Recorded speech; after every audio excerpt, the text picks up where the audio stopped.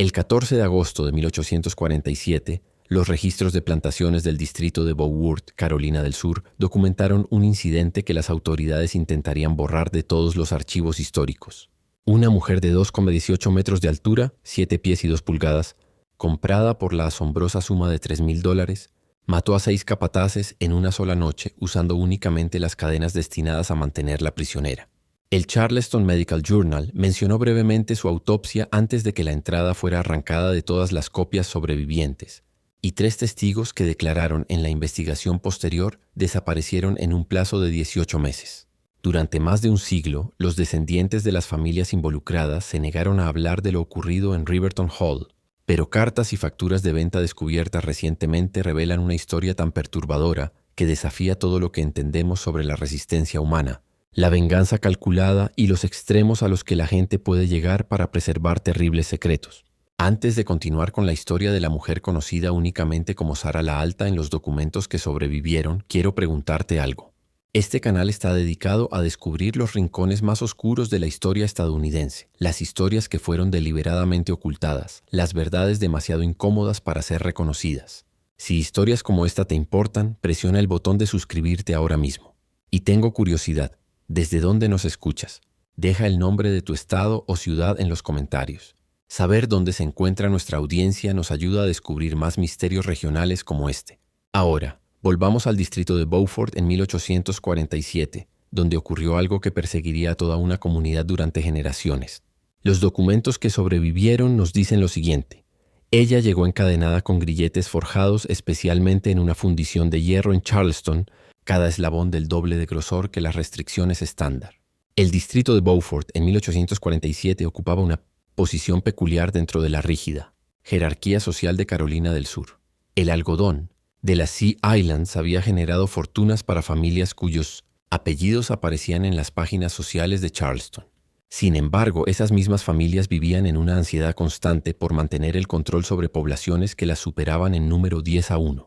Riverton Hall, situada a unos 11 kilómetros tierra adentro desde las haciendas costeras, pertenecía a la familia Grayson, específicamente a Marcus Grayson, un hombre cuya reputación por su eficiencia en la gestión de plantaciones le había valido consultas desde lugares tan lejanos como Mississippi. La plantación de los Grayson se diferenciaba de sus vecinas en un aspecto significativo. Marcus había heredado la propiedad de su tío en 1843 con instrucciones de modernizar las operaciones y maximizar la producción. Esto implicaba experimentar con la rotación de cultivos, técnicas agrícolas importadas del Caribe y, de manera más controvertida, un enfoque sistemático en la gestión del trabajo que otros hacendados susurraban en el bar del Planters Hotel. Marcus llevaba registros meticulosos.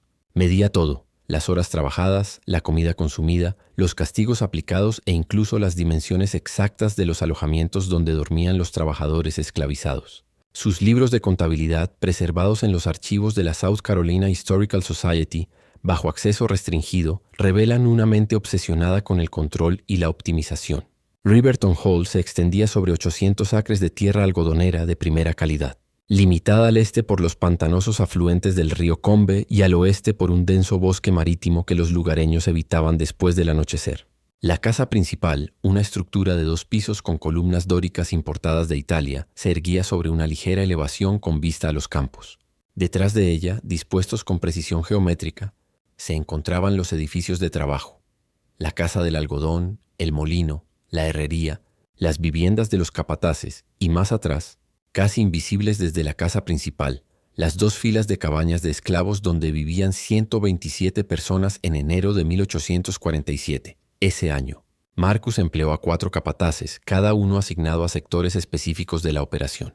El capataz principal, un virginiano trasladado llamado Tobias Finch, había trabajado en seguridad de plantaciones durante 12 años y, según los registros, se enorgullecía de no haber perdido jamás a una sola persona esclavizada por fuga. Bajo el mando de Finch servían 3 hombres más jóvenes, Nathaniel Huxley de Georgia, Samuel Crenshaw de Carolina del Norte, y un hombre local llamado Robert Vernon, cuya familia había trabajado las tierras del distrito de Beaufort por 3 generaciones. Juntos mantenían el orden mediante una combinación de vigilancia rutinaria y demostraciones calculadas de autoridad, algo que Marcus denominaba en su correspondencia disciplina preventiva. El sistema había funcionado sin contratiempos durante 4 años. Entonces, En julio de 1847, Marcus recibió una carta de su agente en Charleston, un hombre llamado Edmund Latimore, especializado en adquisiciones poco comunes. La carta, hoy preservada entre los papeles de la familia Grayson en la Universidad de Carolina del Sur, describía una oportunidad que podría interesar a un hacendado de inclinaciones progresistas como Marcus, una mujer de proporciones físicas y fuerza extraordinaria, se había puesto a la venta a través de la liquidación de bienes de un plantador virginiano fallecido. Medía más de 7 pies de altura. Poseía una musculatura inusual y, según la carta, había resultado difícil de controlar en su anterior plantación. El patrimonio de Virginia quería deshacerse de ella rápida y discretamente. El precio pedido era de $3,000, más del triple del costo de un trabajador de campo en óptimas condiciones. Marcus discutió la compra con Finch durante la cena del 18 de julio. La reacción del capataz, registrada en el diario de Marcus, fue de cautela. Un ejemplar así podría traer más problemas que beneficios. Finch comentó: las anomalías físicas suelen correlacionarse con deficiencias mentales o temperamentos incontrolables. Pero Marcus vio una oportunidad donde Finch veía un riesgo. Una mujer de tal tamaño podía revolucionar la productividad del campo. Serviría de ejemplo de gestión adecuada, una prueba de que su enfoque sistemático podía manejar incluso los casos más difíciles. El 23 de julio, Marcus viajó a Charleston para inspeccionarla personalmente. Lo que vio lo convenció. Medía 7 pies y 2 pulgadas, con una estructura ósea que la documentación médica describía como variante congoide, de densidad excepcional y un peso estimado entre 240 y 260 libras. Sus hombros eran más anchos que los de la mayoría de los hombres, sus manos lo bastante grandes como para abarcar el cráneo de uno. Pero lo que más impresionó a Marcus, según escribió esa noche en su diario, fueron sus ojos, atentos. Calculadores, poseían una inteligencia que sugería observación cuidadosa y memoria aguda. La compró en el acto, junto con los grilletes especiales que se habían encargado para su transporte. La factura de venta, fechada el 24 de julio de 1847, la describe simplemente como Sara, edad aproximada de 28 a 32 años, altura inusual nacida en Virginia, vendida tal cual, sin garantía de temperamento. Ningún apellido, ningún registro familiar, ninguna referencia a su trabajo previo ni a las circunstancias que llevaron a la hacienda virginiana a venderla con tanta prisa. Sara llegó a Riverton Hall el 3 de agosto de 1847, transportada en un carro reforzado con laterales elevados para acomodar su cuerpo. Las cadenas que sujetaban sus muñecas y tobillos habían sido forjadas especialmente según sus medidas. Cada brazalete de 10 centímetros de ancho, cada eslabón tan grueso como el pulgar de un hombre. Todo el conjunto pesaba alrededor de 18 kilogramos. Marcus había ordenado medidas adicionales de seguridad.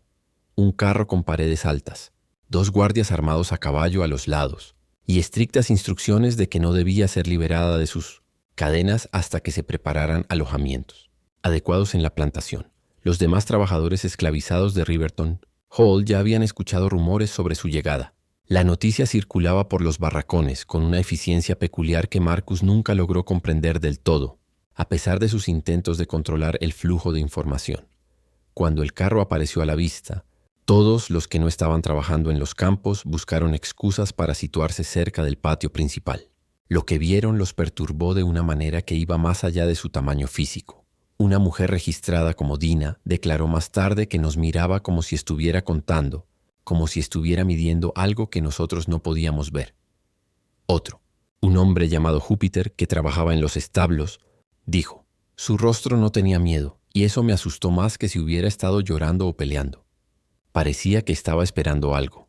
Marcus había ordenado la construcción de un área de confinamiento especial en uno de los edificios de almacenamiento. Una habitación con puerta reforzada, ventana enrejada y un anillo en el suelo donde podían asegurarse sus cadenas. Finch objetó el lugar, diciendo que estaba demasiado cerca de los barracones comunes, pero Marcus insistió. Quería que los demás la vieran, que presenciaran el manejo correcto incluso de los casos más difíciles. Serviría, creía, tanto de demostración como de advertencia. Los primeros 3 días transcurrieron sin incidentes. Sara fue alimentada 2 veces al día.